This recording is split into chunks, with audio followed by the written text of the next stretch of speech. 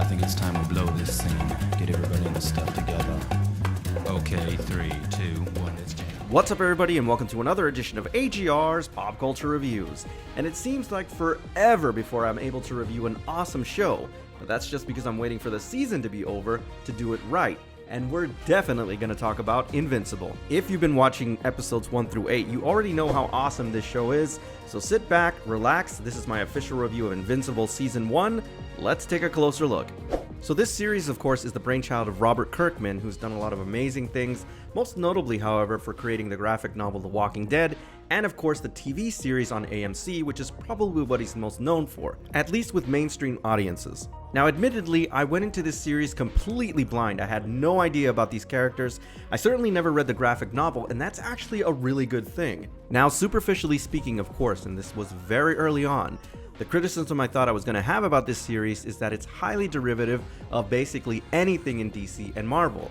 Whether it's Superman, Peter Parker, the X-Men, you name it, it's all here. It really is allegorical with anything in DC and Marvel and seemed to hit every single superhero trope. But that was cleverly and deceptively by design. Because this show bitch slaps you in your left cheek, bitch slaps you in your right cheek, and if it still thinks you're not paying attention, it freaking sucker punches you. The point is, this show's not fucking around, and when I tell you that it is brutal, it is freaking brutal. We'll get into that a little bit later. The main story here is centered around the Grayson family, whose patriarch is in fact an alien called the Vultramite. I think I pronounced that right. Regardless of whether or not I'm pronouncing it right, in general, Vultramites are part of a peaceful alien race that, when they become of age, they go out into the universe and help other civilizations progress. And this is very similar to the Lantern Corps. They actually protect that sector of the universe. At least that's the general idea, but of course it's far more complicated in this series. Nolan Grayson came to Earth many years ago and falls in love with a human named Debbie. They of course have a son, and because he's half Vultramite, he's going to develop powers at some point. And there lies the drama. Mark Grayson, Debbie and Nolan's son, is definitely going through the whole Peter Parker syndrome right now. But I don't want to talk about that too much because it's bordering on spoilers, and I really want you to enjoy this. I do want to go into the awesome characters here and the superb casting because it is pretty remarkable. Now, because this is a production by Robert Kirkman, a lot of actors have been recycled from The Walking Dead, which is not necessarily a bad thing. Steven Yeun is perfect in this role. He's really good at playing awkward teenagers, and he does a really good job here. Mark Grayson already has a complicated teenage life, but he has no idea what he's in for once his superpowers kick in. Also, I have to say, I hope that Steven Yeun gets more parts where he's not constantly getting the shit kicked out of him. Don't know. It seems like you're trying to speak, but you just took a hell of a hit. I just popped your skull so hard, your eyeball just popped out. Jesus, I remember that. That was freaking brutal.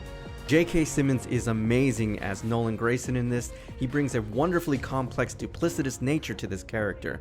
And I gotta say, in moments where he's really pissed off, J.K. Simmons is definitely channeling Terrence Fletcher's character from Whiplash. I'm just saying, it's pretty freaking terrifying. Sandra Oh plays Debbie Grayson, and she's probably one of the most important characters in this series. Why do you ask? Well, because she's the moral compass. She's the voice of reason, and she really grounds the show.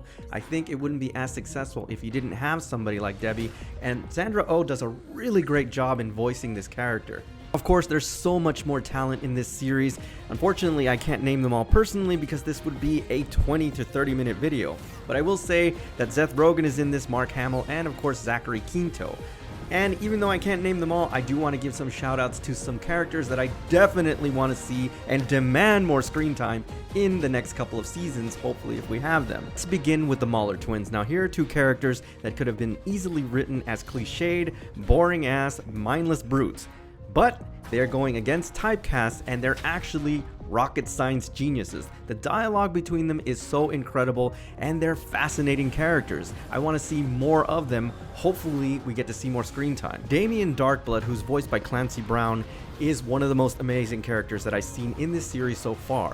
If Warsharat and Hellboy had a baby, that would be this character. He's that badass. And I was begging and praying throughout all of season 1 that we would get more screen time with this character because he is amazing. Hopefully he'll make a return and we will get to see much more of him because he's absolutely fascinating. Come on, Robert Kirkman, you know that this character was criminally underutilized. And of course, we have the most badass character in this series, which is Cecil Stedman, voiced by Walton Goggins. I have followed this career for several years. He is one of the most underappreciated actors in Hollywood. Ever since The Shield, he really impressed the hell out of me. Now, he could easily just be another cliched character, very much like all the characters here, but he's not. He is very complex, and what I love about him is that he's an actually living, breathing, fleshed out character. Even though we don't get enough screen time with him, and that's one of my criticisms of the show, the times that he is on screen, he is absolutely riveting. Now, this is due in large part because of the material that they give him. He is so well written, but mostly because Walton Goggins knows how to make a delivery. I mean, this guy can deliver lines so organically and make them so powerful, and that's why this is a badass character.